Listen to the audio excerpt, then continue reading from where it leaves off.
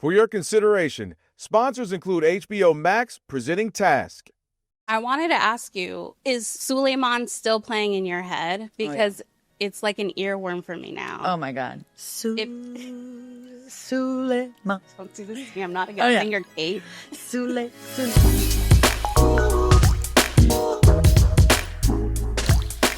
Hello, everyone. Welcome to another episode of The Envelope. Kelvin Washington. You know who I'm with. Yvonne Vidiel, Mark Olson. Glad to be here with you. Thanks for watching and listening. All right, let's get it started. Mark, you had a chance to talk to Tonatiuh. And, of course, this is a big moment for him. This is something you worked hard for and now getting a lot of recognition for. Kiss of the Spider-Woman. Tell me a little bit more about your chat. That's right. So earlier this year at the Sundance Film Festival, there just was this great moment at the premiere of Bill Condon's adaptation of the musical version of Kiss of the Spider-Woman, where just to see a showcase like this for someone is so exciting. I mean, Tonatiuh he's acting, he's singing, he's dancing. There's like so much in this performance. It's just really, it's wonderful to see. Just, he has a lot of just poise and charisma just simply in conversation. So it made for a really exciting talk. And also the difficulty playing multiple roles, right? I mean, I would imagine that had been challenging. That's right. In the structure of the film that he plays a part, he's a political prisoner in a South American jail, and he's explaining a favorite movie of his to his cellmate, played by Diego Luna. And then we see, he also becomes the dashing leading man of that movie in the movie. Right. Diego, also J-Lo, so obviously around some big stars. I'll swing over you. Speaking of big stars, Kate Hudson, been one for a long time. I thought you were talking about me. No, you thought I was talking about Kate? No. You, and then Kate, of course. Kate. Obviously, yes. Kate Hudson, big star for some years now. Half of a tribute band for Neil Diamond, song sung Blue. Tell me a little bit about this. Well, I feel like it's the perfect pairing to have both these guests in this episode. This one also showcases, her singing abilities and her performing abilities as an actor. Two of her passions, she recently released an album. And with this movie, we really get to see Kate on stage and embodying what that's like. We see this couple who, find success as this Neil Diamond tribute band, but in the middle of the height of that, her character Claire suffers a big tragedy, and it really derails everything, and she has to find her way back to that. And it was a really touching conversation to hear Kate sort of embody that and her own thoughts on, when you come from a world like this, it's not a guarantee, and you have to really have passion for that. And hearing her talk about that, hearing her talking about spending time with Neil Diamond at his cabin. And she sang for us a little bit. Nice. Yeah. When you leave that film, I feel like there's an instinct to go home and just listen to Neil Diamond. I know I did. Hopefully we can go karaoke at some point. No? What's your go-to? Well, just saying. Do you have a Neil Diamond go-to? Well, I love the Hot August Night album, recorded live at the Greek Theater here in Los Angeles, so I'll go with any of the tunes from that one. I'm still upset at the both of you that there was no bop, like...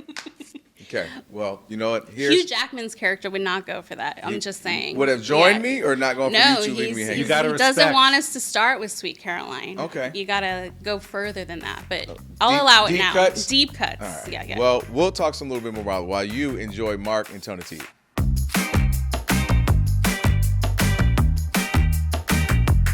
For the Los Angeles Times and The Envelope, I'm Mark Olson. And I'm here today with one of the stars of the film Kiss of the Spider-Woman, Tonatiuh. Hi. Thank you so much for joining us. Thank you for having me. And now we were just talking before we got started, and it seems like you've been approaching your career with such a sense of intentionality and purpose. And I would imagine, especially as you're a young actor starting out, you're not necessarily in control of the roles that you get, what you can do. What have you done, or how do you feel like you are trying to take that control and have that sort of intentionality in the roles that you take and what you're doing in your career in this industry? Well, I think I'll pivot a little bit and say I've been working for 12 years as a working class actor. I've been on an ABC show as a series regular. I was on Carry On, which is, I think now, at the time it was like the #2 most watched movie on Netflix, but I think we're now at #5. K-pop Demon Hunters slayed. But the only control that I really have is saying yeses or nos to auditions, right? Mm-hmm. I'm not necessarily getting offered roles. But I don't know, I've had an entire career where if I sit around and wait for someone to come knocking on my door, I will starve. And I didn't get into this for the celebrity. I got into this because of the social impact that it had on my own life. Art to me is a mirror as to who we are as a country and who we are as people. And so it gives us an opportunity to really reflect on that, but it also gives us a destination to where we want to be. And a lot of my sense of humor came from the TV shows and films that I watched growing up. And I was introduced to cultures that were different than mine. And some of my favorite work is abroad as well, right? And so, I don't know, I think with this specific project though, with Kiss of the Spider Woman, it was a role of a lifetime. Bill Condon wrote a fantastic script where we not only get to tell one movie, but we get to tell two. We time travel and go back into a 1950 style musical, and I get to live my Gene Kelly, Errol Flynn, Montgomery Clift fantasy with the character of Kendall Nesbitt. Save me, Luna. Take me away. Yes. To a movie.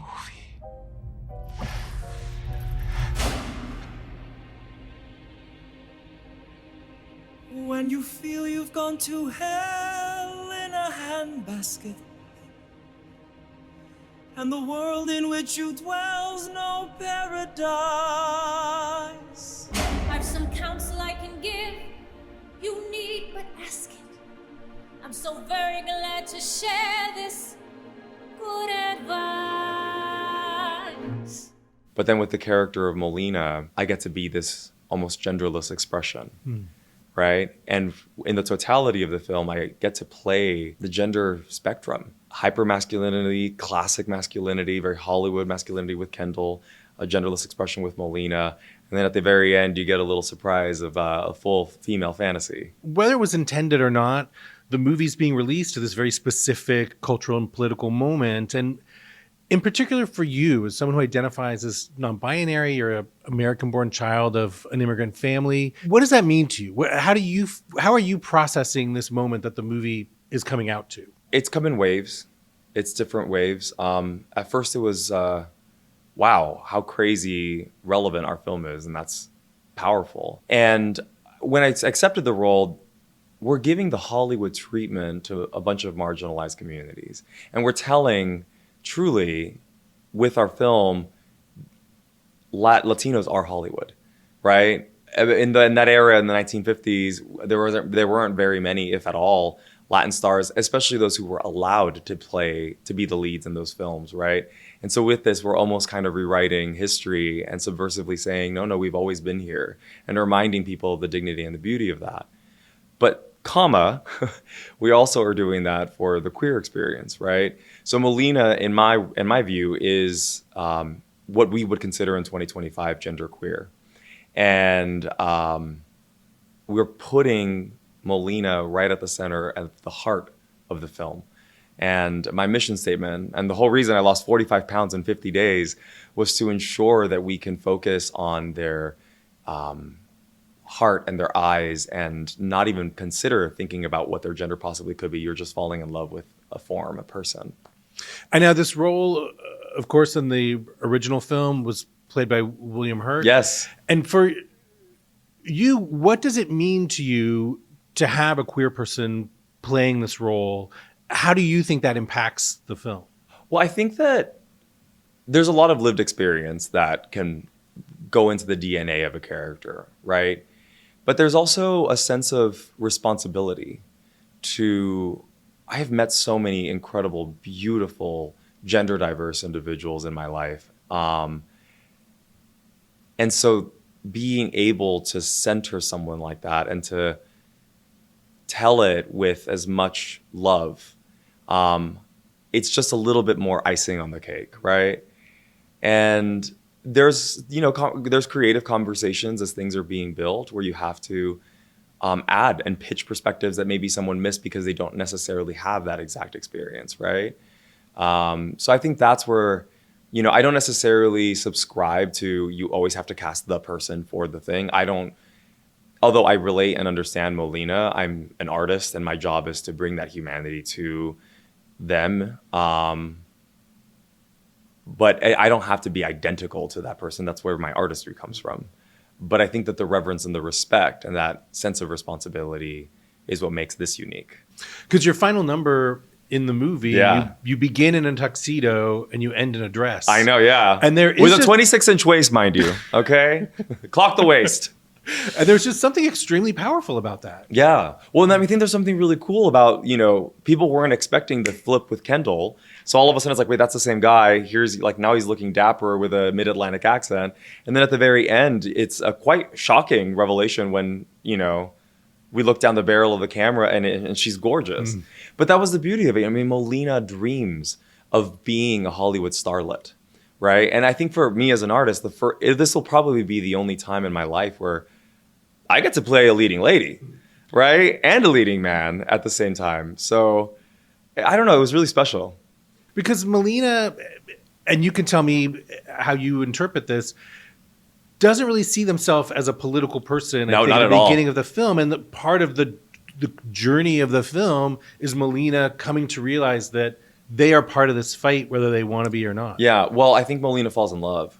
I think Molina felt like a loser in their own life who wasn't capable of even defending themselves, right? They were just trying to survive. And there's this twisted internalized messaging that, children of marginalized groups or people who feel bullied, who have been bullied, they start doing it to themselves as a way of protecting themselves from the world, right? Like, I'll punch myself first before you can, and I'll make it funnier. Actually, it'll be my whole personality.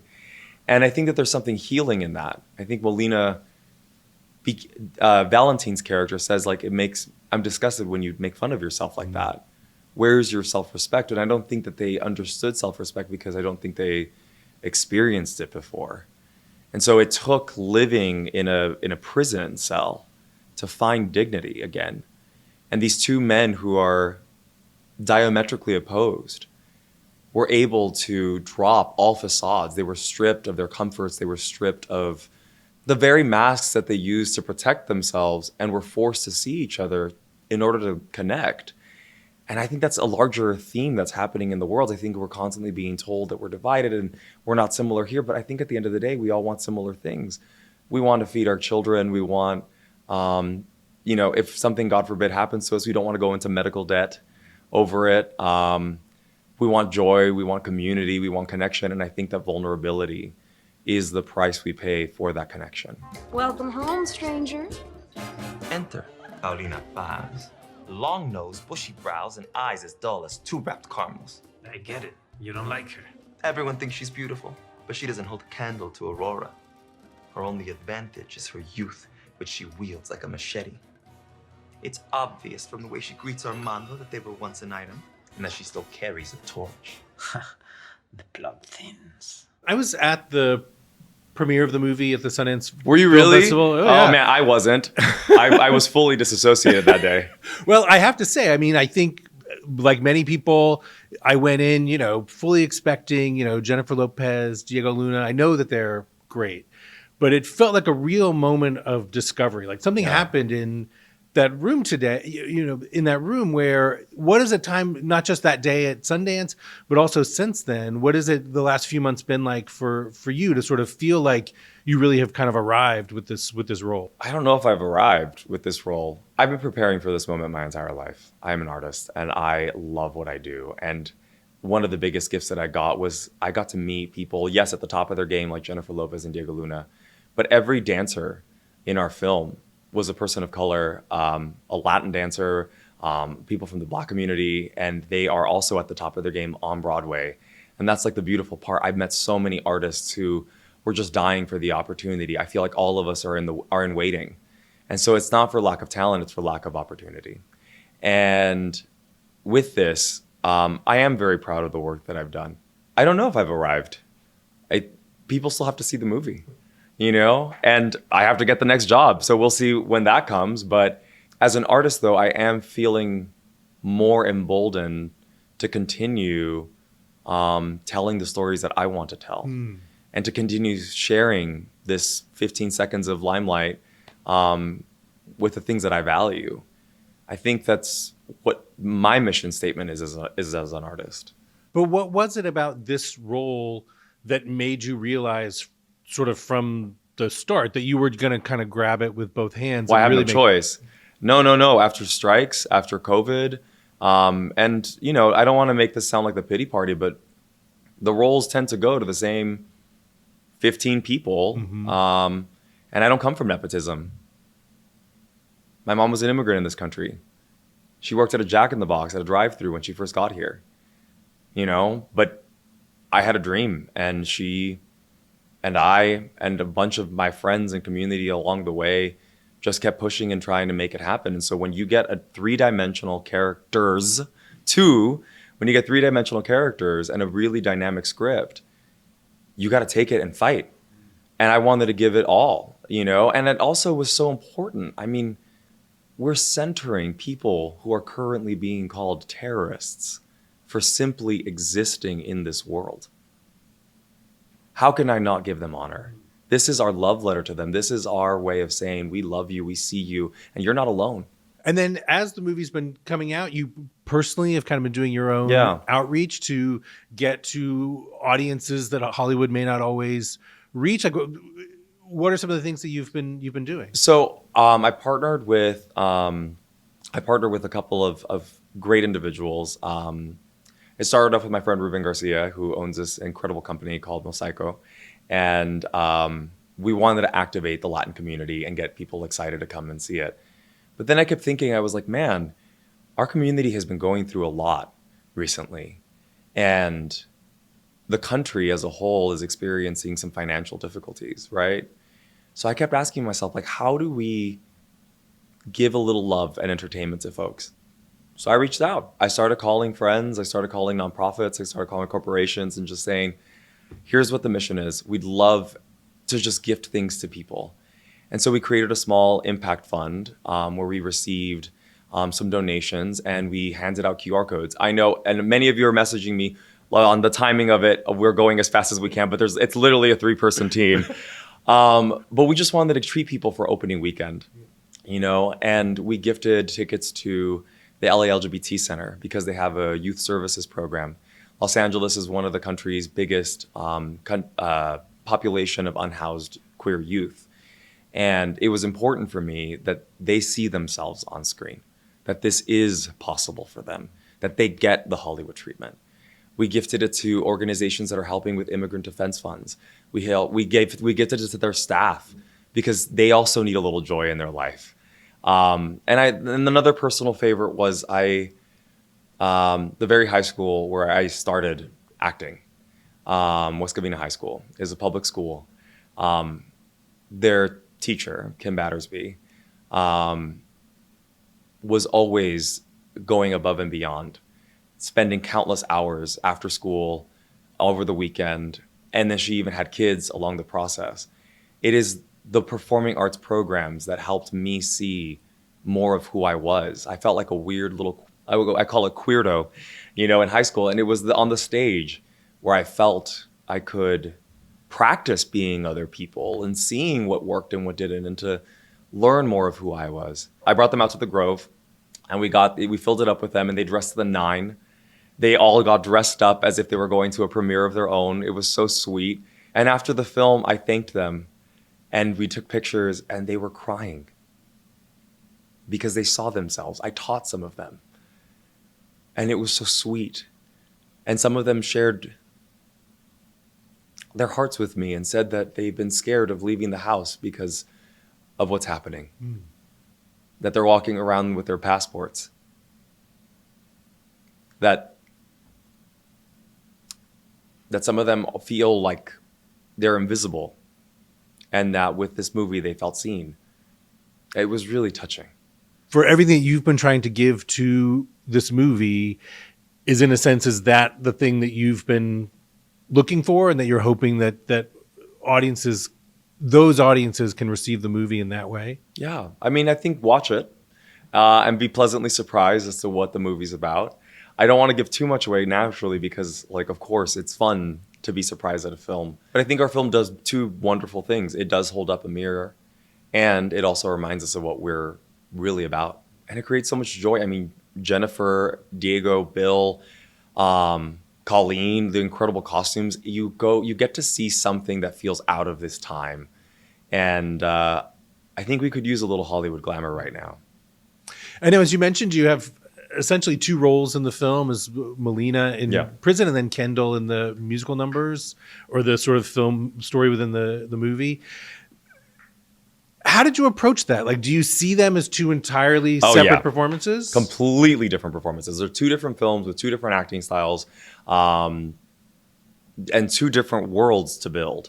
So the first one, let's look at the movie, right? We were transported back into the 1950s, classic Hollywood. And so the first thing that I did as soon as I got the script, as I called Bill and I said, all right, give me every movie you want to reference and I'll watch as many of them as I could while preparing for it. And you know, you get to enjoy it. And I thought to myself, I was like, man, who is a wonderful tortured soul? Because Kendall's really tortured, that I could emulate. And I instantly thought of Montgomery Clift in The Heiress specifically. And I was just like, man, I want his energy, but I want to dance like Fred Astaire and Gene Kelly. And so before preparing before set, I would just watch as many of these films as I was getting ready in the hair and makeup trailer. But there, you know, it's down to the mannerisms, the small micro expressions, really trying to nail that acting style because it's proscenium. Mm-hmm. But the crazy part is we're a shoestring budget movie. I mean, it's a musical, so it's a little bit bigger than other independent films. But we only had about 20 days to shoot 12 musical numbers. And Bill wanted to shoot it in that style, which means if he could get away with a single take, he was going to try to get away with a single take. And it took a powerhouse like Jennifer Lopez, but also Diego and myself to like really focus and nail in on those moments. And there's one moment in particular, like Give Me Love, Jennifer in the Sid Charisse green dress, making a nod to like Girls and also Singing in the Rain, where I wasn't even called to set and I was just there watching nonstop because I was like, my God, this feels like I'm watching Marilyn or Rita or Sid herself like doing it. Wow. Yeah. But then the second part was a naturalistic drama. Well, a little bit of a fantasy, right? But inside of an Argentinian prison. And like I said, my mission statement was to make Melina as genderless as possible. I had just come off of Carry On, so I had to lose, again, 45 pounds in about 50 days. And this is not a commercial for Ozempic. I wish GLP-1 was sponsoring this because that would have been helpful. But no, I did it the old-fashioned way. I starved. But it was worth it. And because I really wanted to get that look and find his voice and the accent and transport us back into Argentina 1980s. But at the same time, is there some point of connection, or are there like things, emotional? Are there things that you're doing in the two halves of the movie to sort of bring them together? Well, they're intricately. I think the two films are intrinsically connected. Yeah, it's Molina's favorite film, but it's also their diary. It's their confession. Oftentimes, it's easier for us to say "I love you" through someone else's song, you know, or to say I'm scared, or to say, like, we look to films and music to transport us, to heal us. And so, you know, it starts off with Molina just sharing a little bit about who they are through their favorite film, but then it ends up becoming their confessions and their soul. And then tell me a little bit about the audition process. Like, it sounds like it was quite a process for you to get this role. Yeah. Yes. So I never feel really qualified to talk about the audition process because for me, this is how it went. They had been looking for months. I didn't know about the project. I didn't hear about it until December 18th or 19th, something like that. At that point, Hollywood's completely shut down. I'm confident I was like the last person to hear about this audition. And then I locked myself up in a room after reading the material and just kept working it over and over and over again until I found that through line. Because there's so many ways of telling a musical, right? December 22nd, literally days before Christmas, I got a call saying, you're going to come to New York. Don't move. January 2nd, 9 a.m., they were like, what's your schedule like? Next thing you know, I'm doing a tango and a Bob Fosse number and singing in front of Bill Condon and Bernie Telsey. And then a little table read with Diego Luna, and I get a text message from Bill saying, text or call me. And I was like, oh man, it's either call me I'm sorry or call me you got it. And it was you got it. And then what was your audition number? Like, what song did you have to She's a Woman. Yeah. And with that number, it was so interesting because there were so many ways of telling that as well. My audition actually was from more so the point of view of Molina singing it, but within the context of the film, Kendall sings it, right? And so it becomes this almost Victor Victoria moment where it's Molina's I Want song through Kendall Nesbitt, but played by Molina because he hated the original actor who was originally Kendall Nesbitt. And so it was really a thought process to think, okay, well, how would the original Kendall do it and pay nods to him? But if Molina was able to take over his body and tell it, how would then he say it? Yeah. Tell me, I mean, especially the musical numbers that you have with Jennifer. I mean, it is such a powerful reminder of like why Jennifer Lopez is who she is. Absolutely. What was it like to see that? I mean, from that up close. I always, here's a quote that I feel like it was like watching lightning strike. It was powerful and awe-inspiring. I mean, it was just incredible. But it was one of those moments, as soon as they say, you're going to be singing and dancing with Jennifer Lopez, it was like, oh, okay. Time to level up. It felt like I was getting an invitation to the Olympics. I mean, these are some of the greats. Jennifer's fantastic. Diego Luna is a phenomenal actor. And Bill Condon is a master at this craft, specifically with musicals. And so it was one of those moments where I was like, oh, wow. And then even like Colleen Atwood, who did all of our costumes, and Christine Cantella, they transported us with those fabrics, And so it was really one of those moments like, oh, wow, I'm finally getting the invitation to go into the ring, And it was either, level up or die. And I know that in some ways they were almost like two production units, but I'm so there were completely two different production I'm curious units. what it was like, sort of like having to shift gears between the sort of musical fantasia of the story and the prison scenes that are, as you said, these like very naturalistic, very dramatic scenes with Diego. How do you sort of like wrap how do you deal with that? Well, I think, I always joke around because people are like, how did you start acting? And I'm usually like, my acting was a trauma response, just to survive and code switch in the world. But jokes aside, I think that being able to shift quickly allows me to go from culture to culture, set to set, and just adapt quickly to that. We had a wonderful crew in Uruguay, which was amazing. But Bill Condon is an actor's director. He sat us down once we went to Uruguay, he sat us down and we did traditional theater table reads. We sat at the table for a week and a half and we just talked about the script, beat by beat, moment by moment, really carving out what our thoughts were and his thoughts were. Sometimes we disagreed. Things in the script changed. He was so open to our perspectives from our unique, like we're the heads of the department for our individualized perspective, essentially, right? And the beauty of what we did was we shot this in order. It's a two-man play, right? And so the first time that you see Molina entering the cell, meeting Valentine, was the first time that Diego and I ever saw each other in full character. And so on the script narrative, these two men are discovering who they are, right? These two people are discovering who they are with every passing scene and dropping the facades. But we as actors, we're learning to depend on one another. I always joke around that this is like the Stanford prison experiment because we were in the cell before the sun went up and we were out of the cell after the sun went down, straight to the hotel and back. And so for a moment, and we were shooting in the dead of winter in Uruguay, so there was very little sunlight to begin with. So it was one of those moments where I was like, we needed each other, and we created amongst ourselves like a deep and very personal bond. And tell me more about working with Bill, like especially on the musical numbers. I mean, some of the, I'm sorry I can't remember the name of the song, the gold dress. Oh, okay, number. yeah. I mean, I haven't put a clock to it, but I mean that is just a extremely long and extended piece of on-screen dancing. Yeah. What was it like working with Bill and just establishing, that shot, and making that come to life? Well, he's incredibly meticulous, in a good way. Like he has already thought about exactly what vision he wants, like down to the very film that plays in the theater at the end was a deliberate choice. And so it was really exciting because he invites you to his world.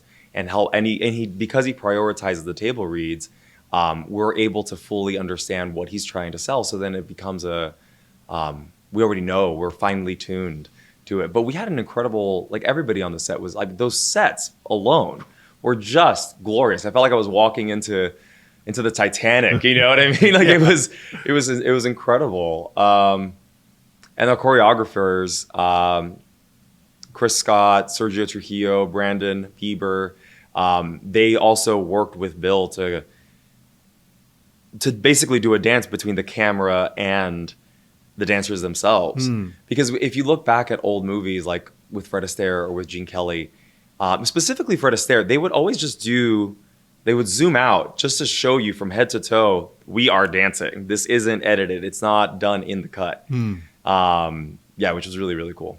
Given everything that you've sort of put into this project and everything you're trying to do to make it meaningful in a bigger way, how do you move forward from here? Like, what is it that you want to see for yourself moving forward from this project? Well, with this project specifically, I think what I want is I want to get it into the hands of the people who I know will absolutely love it, because I think that there's a healing process in watching this, especially watching it in cinemas. It's communal. The energy shifts and the Technicolor washes over you in a way that a cell phone could never. But moving after that, I'm excited. My favorite thing is to transform.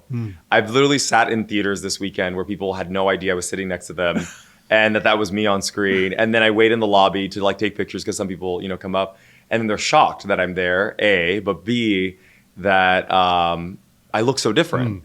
And I didn't get fat. I'm back to my normal weight, okay? I lost weight for Molina. But I love to transform. And up until this point in my career, I've had a limited amount of ability to transform, but I hope to be completely unrecognizable in my next role. And I don't know what that's going to be. If I want to be a hero, if I want to play a villain, I think villains are super fun.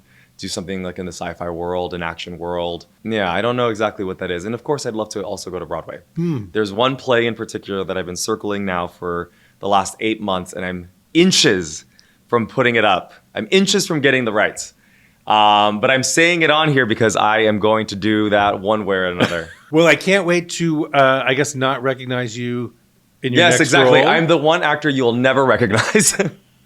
Well, Tonatiuh, thank you so much for joining us today. Thank you, it was such a pleasure, and it's nice to be home here in Los Angeles and doing this with you at the LA Times. Next up, Yvonne's interview with Kate Hudson from Song Sung Blue.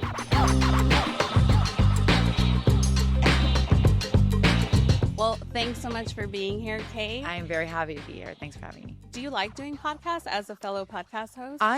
I like talking to people. I know it's like I like connecting, so I'm always down for this. And also, I think podcasts, you get to have more time to really, depending on how much time we have, but to like unpack. Has it made you appreciate the art of the interview? Yeah, I've learned a lot. I have to say, I was so used to being on the other side of being the person that's being asked all the questions and having to sort of navigate sometimes the right way to answer something, and not get yourself into trouble.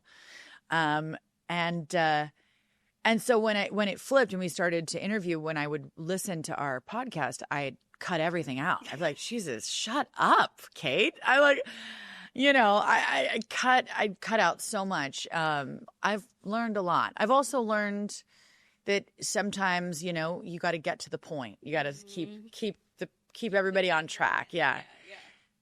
And Oliver, my brother's a great podcast. Like he's really good. He's wonderful. He's so funny, and I feel so lucky to have him sort of, be my partner in crime. Yeah. Well, we're very glad to have you here to talk about Song Sung Blue. Thanks. This is a film that's about love of self, love of others, love of music, and sort of finding your way back to all that after tragedy. Tell me about why this was the right movie for you at this point in your life and career. Like, did it come around at a time that you really needed something like this? Well, it's a great question. I mean, it's like these things aren't calculated, right? So it's like you have these opportunities, you read something, you hope you get to play the part because you believe in the story. and you believe in the filmmaker and you believe in your co-star. And then you just hope that it comes together. And with this, the story was there. Craig wrote a great script. For me as an actor, it gave me all the colors, all of the things that I love and have been doing for so long to be able to do in one movie. We should call ourselves Lightning and Thunder. That is not very professional of me, but I've been wanting to do it for like a whole very rare opportunity for me. And the thing that was weighing on me was that if the love story doesn't work, if we don't believe these two people as madly in love with each other and like needing each other, quite codependent, the movie's not going to work. And so for me, it didn't matter how great the script was. I really went in there going to Hugh and I said, look, how comfortable are you with getting to know me? Because I really feel like this movie's not going to work if we don't work. And we kind of have to like be really intimate with each other and like get to know each other really well. And let me know if I ever make you uncomfortable. I'm incredibly tactile. And just immediately Hugh and I he felt the same way. And that actually became the easiest part, was our connection and how much we trusted each other and how like connected we felt. And there's something happened on the set. We kind of knew that it was a special, what was starting to unfold was something really special. And then you just like cross your fingers and hope that the movie, that in the editing room and Craig and everything, that it kind of became what we felt like we were making. And I remember seeing the movie and just going, oh my God, this movie makes me miss movies. And yeah, I just feel so happy and humbled to be a part of it because, you never know. Tell me more about sort of building that foundation with Hugh, because it's based on a true story of these two Milwaukeeans who sort of come together, fall in love, start this sort of become this tribute duo of Neil Diamond music. What did the bond with Hugh, how did it take form with you? Yeah. Sharing playlists? I mean, I think we do share a love of music. The first thing we did was record music. And I had been and have been in the last 2 years been very immersed in music and writing and just saying I have to make music because if I don't, I'm not fulfilling my creative input, output, all of it. Like I have to be making music. So I've been spending a lot of time in the recording studio. So for me, I was like very excited that was where we were starting. Hugh has a different side of the story, which is like, to him, it came much easier to me than it did to him. I disagree with that, but I'm sure that's what he would say. But it was great because we got to sing together. And I think that is a language that when you can sing with someone and you sound good together and you start to connect through music, it's a very different kind of language. And that was sort of the beginning of us being like, oh, this is going to feel really good. Energetically, we're both very spirited people and we had a blast in the studio. And so it was a great kind of initial connection. But the movie itself is about people who love music and who don't necessarily get the opportunities to make that this huge success that maybe once when they were younger they dreamed of. And one of the things I love about Craig and what he understands and what I understand about music as someone who's lived it my whole life, whether it be through partnership or myself, is that you along the way meet all these incredible, incredible musicians, way more talented than you are or I am, that don't have the opportunities that maybe have been put in front of others or myself. And when you see that and you live it and you know it and you love it, like you have I have a profound respect for that musician, the one that is the session player or the one that is the tip jar musician, the one who ends up being an interpreter because they didn't make it as their own artist. And I think that's what Claire and Mike Sardina really are in their hearts. They're musicians. And Hugh has that in him. He loves being on stage. He loves performing. He loves giving his art out. And I think some musicians love that, So we connected there, and we connected to, I think, the characters very much so. with that essence of believing and loving it something so much that you just have to do it no matter what, you know. Do you remember what was the first song you guys did together in those recording sessions? That's a really good question. I think it might have been Forever in Blue Jeans. Or maybe it was Cherry Cherry. Okay. But we did so many songs. But I think it was one of those. Are you ready to ask him to be on your next album? Or were you like, we're already like, we're taking this on the road. We're gonna start our own tribute band? Yeah, right. We're gonna go sing all kinds of songs. You can't, don't twist our arms to get in front of a mic and start singing. It's like, music is it's the best. And I love a good music movie is really hard to do. Tell me why. Because you have to really, again, it's a language. You have to understand the language. Craig is in his heart a musician, even though he's not a musician. He lives and breathes music. He's a Memphis, Tennessee boy, lives there. Most of his world is around music. That's how I fell in love and met Craig. Like I was young when I met him. We've been trying to work together for 20 years. I was married to Chris at the time. Like, we're music people in our blood. And so I kind of look at it like there's two different types of people. And some don't have any real connection to music. Music isn't something that they can relate to. But there's two music types of like lovers, right? There's the fan, that you feel music in a way like in your bones that you can't explain, and you feel it, and it moves you to places that you couldn't live without it. And then there's people who have music in them and it has to come out of them. And that is another language that you can't explain to someone unless they were born with that or have that in them, right? And Craig has it in him. And so it translates onto the screen. It's like Cameron Crowe. It's like PTA. Like he has music in him. Like, you can tell by the way he directs and how his use of music. Like, so I think there's certain directors that really understand musicality. It's a different, different language. Yeah. And Craig has that. So I think he was able to access that for this movie. What was that like, connecting on that front with Claire when you met with her? And at what process? At what point in the process? I really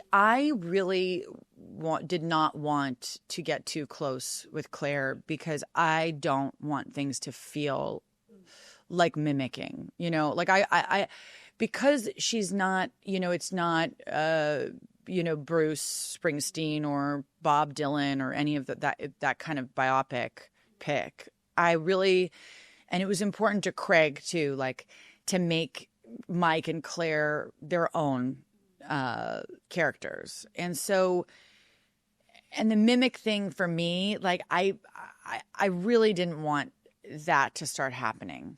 And the best part was so I got to know her while we were shooting. And then she'd come to set, and I've got this footage of us like sitting and laughing with each other. And it's so funny because there's such a, there's an energy there where you're like, oh my God, I am playing her. Mm-hmm. You can see it, like, sitting in the director's chairs. Like, so I think it was good to get her essence, but then to create another, version of Claire, the movie version. Did you ever get to sing with her? No, but I had to miss the rap party, which really was upsetting. But I missed the rap party, and apparently there was a lot of karaoke singing at the rap party. Kate. So I know. We'll have to redo. We'll do a redo. But Claire's had a really interesting life. I mean, her life has been hard. It's a hard. Their life was hard. And they somehow found a way to believe in each other and have this sort of beautiful love and life together. So Claire, when she comes and she talks about Mike, and he still really lives in her every day. It's really it's like he's almost still here. And you see that as kind of an amazing thing to see. What was your relationship to Neil Diamond music coming into this? I mean, I like most people that aren't like hardcore Neil Diamond fans, I obviously knew his biggest songs. When I read the script, I did like a big deep dive into, and I was like, whoa, what a catalog. I mean, and so many great songs, and so what a great writer, what a great songwriter. And, when you hear some of like this, the last song of the movie, I'd never heard that song before. Neil loves that we use that song because it's very rare. So, like, people don't usually talk about that song. And even Forever in Blue Jeans, I forgot about that song. I forgot about, Girl, You'll Be a Woman Soon. Like, there's so many songs. I wanted to ask you, is Suleiman still playing in your head? Because it's like an earworm for me now. Oh, my God. Suleiman. Don't do this to me. I'm not a good singer, Kate. Sule. Oh, yeah. I mean, that song is fantastic. It's so good. It's such a great live song. It's like, and I didn't know that song until we, started the movie. Getting to know Neil's catalog was really honestly an honor. Like, and for him to give us the opportunity to sing all of it and to use it, I mean, so wonderful. But you also spent time with him. On his porch or your porch? I saw that It was photo. his. So I grew up in Colorado, and he's my neighbor. What? But I've never met him. I never met him. Like my whole life. And then I was talking with his son the other day, who was at the premiere, and I was like, it's so weird we've never met. And he's like, I'm sure because we both grew up in Colorado. And he lives like 15 minutes from where I grew up. So we just sat on his porch and had lemonade, and we held hands and talked for hours. What do you talk about with Neil Diamond? What was something he was very open, and he's in a place in his life where he did a lot. He did a lot of listening, and then he told me great stories about his childhood that I feel very like honored that he shared with me about where he grew up and how he grew up. And the one thing he did say was that, which I loved, I asked him what his favorite song was to perform. And then I asked if he missed performing, or that if that was something. And he said that he's done so much and he feels good about what he's done. But that the song that he loves is I Am I Said. And that he said that it's like God wrote that song. It's like it just came through him. And he was having a very hard time when he wrote that song, and he was conflicted, and then he was having a hard time writing it, and he wanted to write it, and then all of a sudden it just poured through him. And I loved the privilege of like hearing that story from him. And then, we talked about, he said that his life, has gifted him with these sort of different eras where his music got new life. And he was just incredibly grateful to us to say, like, I know that this is going to give my music another chapter. I was just like, Hugh went, I said to him, like, you have to go see Neil. And so Hugh went and flew to Colorado and sat with him. And yeah, I feel so happy that he got to see the movie and he loves it. And he, that we did good by him, that he's happy with it. It feels, nice. Well, with you asking him what his favorite song was to perform, which number from the movie? I mean, there's the moment of, playing alongside Eddie Vedder that really stands out in the film. But also I'm curious, not only what was your favorite to perform, but what do you feel when you perform, Kate? Like, what is it like for you, either singing alone, but also singing on stage and sort of feeling the energy of people like that? It's been really great to exercise a new muscle, performing muscle. Like I have to say, for the last 2 years, from the first time I had my first show to now, it feels very different. I get really excited. You know, the mistakes actually, or, you know, when something goes horribly wrong is actually kind of fun, you know, because that's kind of what live shows are, is you get to like not be perfect, even though you're striving for something great and to give something out that's great. You know, it's not always going to be what you hope it's going to be. Something's going to go wrong. It's going to sound weird. You're not going to hear this. The guitar's not going to.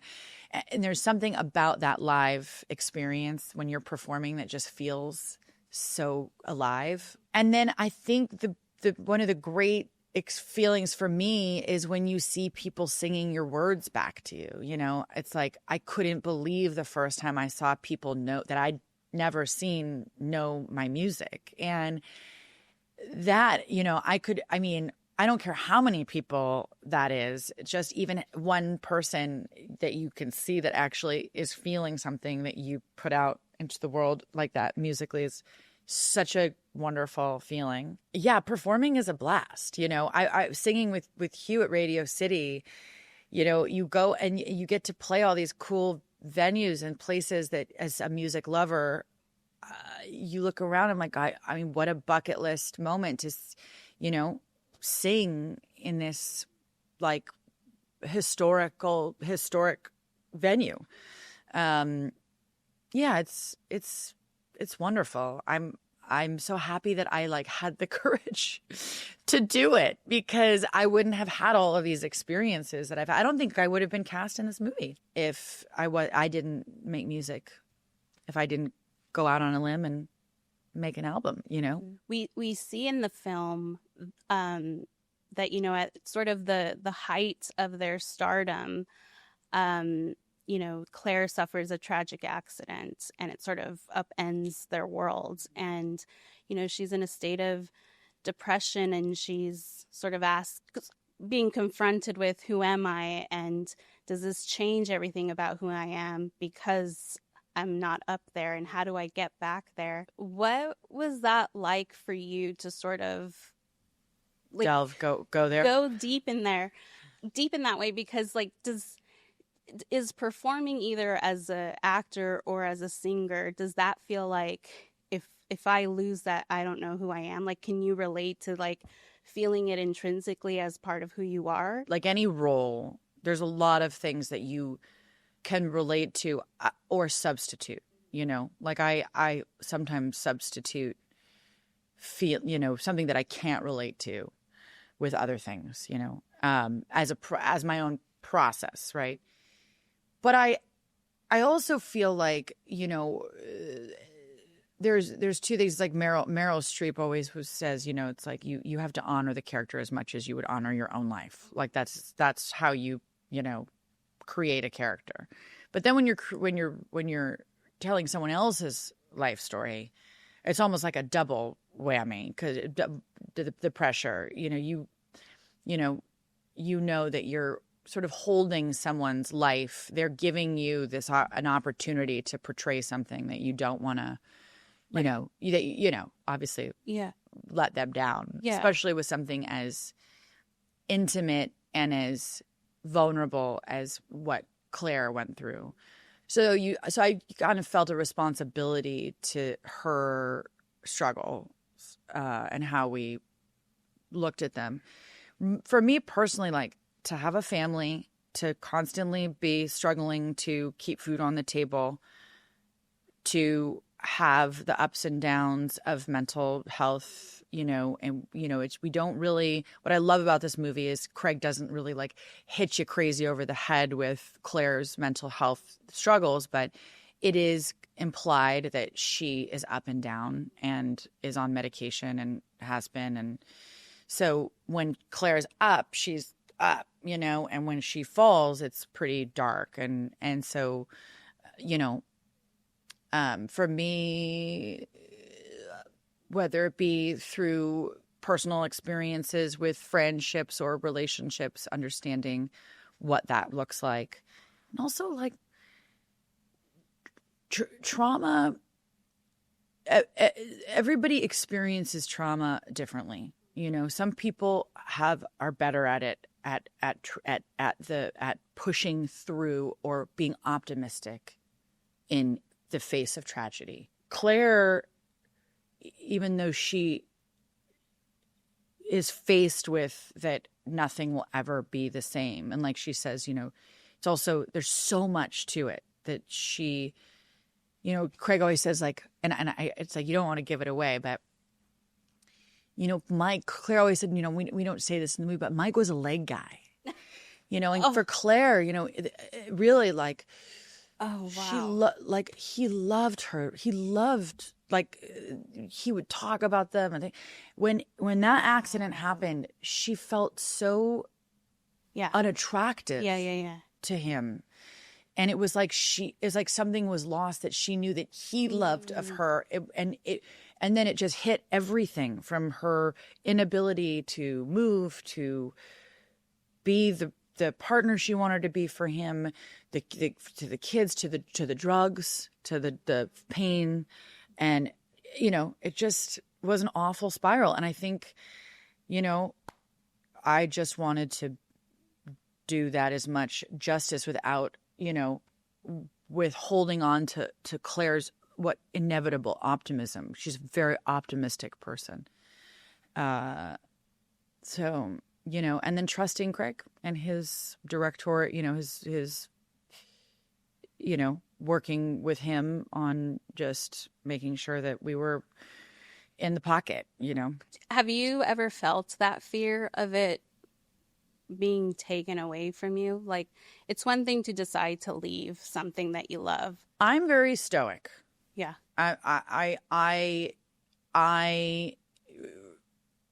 have an amazing family.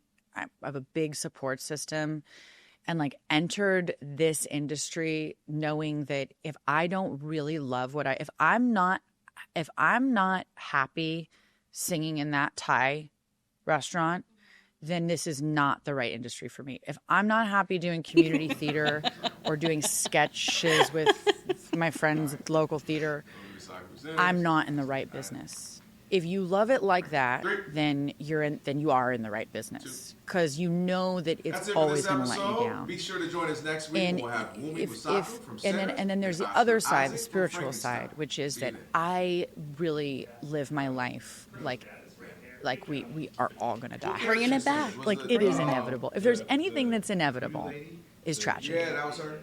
We will meet it at some point, whether it be parents dying, whatever that is, we all will experience it at some point.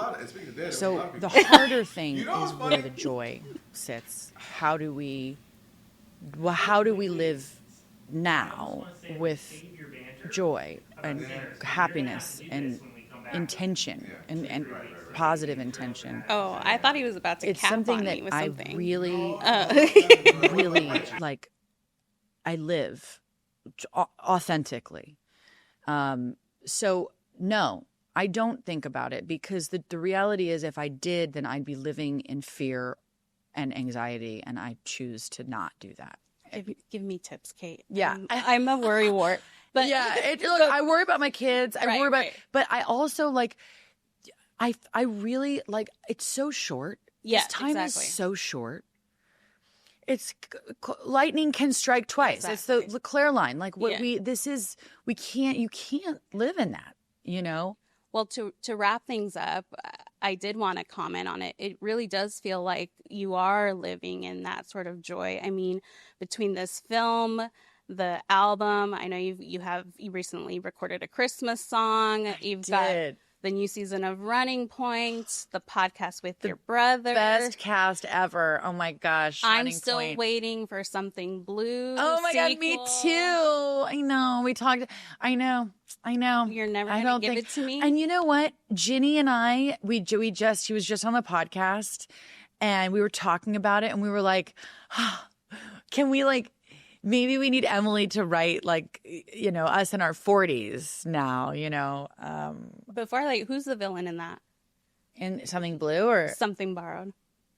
Great question. I mean, who is the villain? Who is the villain?